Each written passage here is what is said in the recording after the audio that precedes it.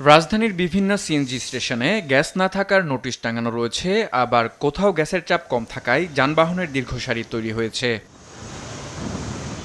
ঘণ্টার পর ঘণ্টা লাইনে দাঁড়িয়েও গ্যাস না পেয়ে চরম ভোগান্তি পোহাতে হচ্ছে সিএনজি চালক সহ গ্রাহকদের। আমি 3 দিন ধরে কোনো গ্যাস নিতে পারতাছি না, তেলে আমি চালাইতাছি।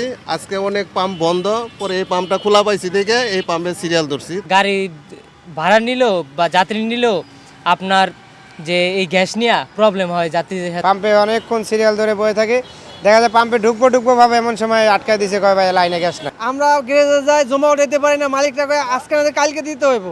আর আপনাদের একটা পাম্পে সিরিয়াল দিতে হলে 7 ঘন্টা 8 ঘন্টা সিরিয়াল দিতে আমরা গ্যাস লই।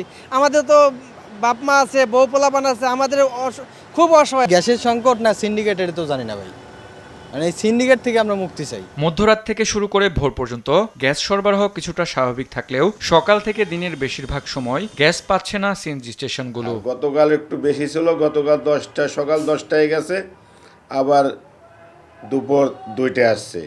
আর আজকে সারাদিনেও এই অবধি এখনও গ্যাস রানিং চলতেছে। শুক্রবারে অপডেট আছে, সরকারি অফিস বন্ধ, বিভিন্ন প্রতিষ্ঠান বন্ধ।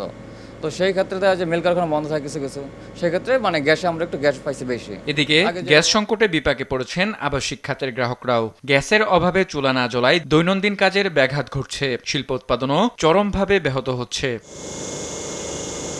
স্থানীয় প্রকৌশলীরা সমস্যার উৎস নিশ্চিত করতে না পারায় এলএনজি টার্মিনালের কারিগরি ত্রুটি ঠিক করতে বিদেশ থেকে বিশেষজ্ঞ প্রকৌশলী আনা হয়েছে। খুব দ্রুত এ সমস্যার সমাধান হবে বলে আশা করছে কর্তৃপক্ষ।